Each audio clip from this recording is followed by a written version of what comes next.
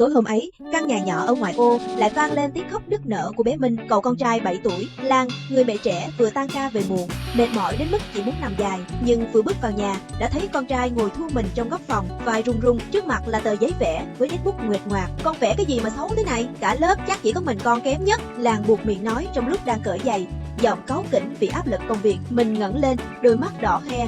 Cậu bé cố nín khóc, nhưng nước mắt vẫn rơi lã chã xuống tờ giấy. Con cố gắng rồi mà mẹ. Lan khựng lại, câu nói ấy như một nhát dao cứa vào tim bà. Bà chợt nhớ ra, cách đây 2 ngày, mình cũng từng run run khoe bài tập làm xong sớm, và bà chỉ lơ đãng đáp, để đó mẹ xem sau, rồi bà quên bén. Hôm trước nữa, khi con làm vỡ cái ly, bà đã quát lớn, sao con vụng về thế? Lan ngồi phịch xuống ghế, im lặng. Trong đầu bà vang lên câu thơ ngày xưa mẹ bà hay ngâm, trẻ em như búp trên cành. Đêm khuya, khi Minh đã thiếp đi trong nước mắt, Lan nhẹ nhàng bước vào phòng con. Cậu bé đang ôm chặt con gấu bông cũ kỹ, món quà sinh nhật lần 5 tuổi. Lan ngồi xuống mép giường, vuốt nhẹ mái tóc con. Những giọt nước mắt bà kìm nén suốt buổi tối giờ mới tuôn rơi. Con ơi, mẹ xin lỗi. Lan thì thầm, giọng vỡ òa. Mẹ tưởng chỉ cần cho con ăn no, mặc ấm, học hành đàng hoàng là đủ. Mẹ quên mất rằng con còn cần được mẹ ôm, được mẹ lắng nghe, được mẹ nhìn con bằng ánh mắt tự hào. Bà nhớ lại những lúc mình cố gắng kể chuyện ở trường, bà chỉ gật gù vì đang xem điện thoại. Những lúc con buồn vì bị bạn bè trêu,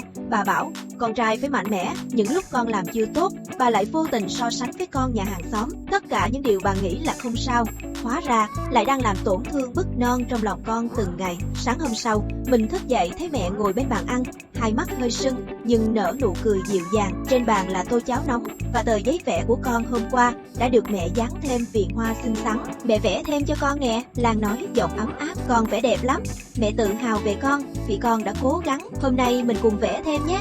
Mẹ muốn nghe con kể hôm qua ở lớp có gì vui. Mình ngập ngừng một lúc rồi ùa vào lòng mẹ khóc nức nở. Lần này không phải khóc vì buồn, mà là khóc vì được yêu thương theo cách con cần. Từ đó, mỗi tối dù mệt đến đâu, Lan cũng dành ít nhất nửa tiếng ngồi với con. Bà học cách lắng nghe thay vì vội phán xét. Bà học cách ôm con khi con mắc lỗi thay vì ánh mắt thất vọng. Bà học cách lớn lên cùng con. Người mẹ không hoàn hảo nhưng đủ yêu thương để sửa chữa, và Minh cũng thay đổi. Cậu bé cười nhiều hơn, tự tin chia sẻ những điều nhỏ nhặt trong lòng. Đôi khi, cậu bé còn chủ động ôm mẹ và nói, mẹ đừng mệt nhé, con thương mẹ. Trẻ em như búp trên cành, búp non ấy rất dễ gãy, nhưng cũng rất dễ nở hoa. Chỉ cần người lớn biết nâng niu bằng sự kiên nhẫn và yêu thương chân thành. Tuổi thơ của con chỉ có một lần. May mắn thay, Lan đã kịp nhận ra trước khi ký ức buồn đè nặng lên tâm hồn con trai mình.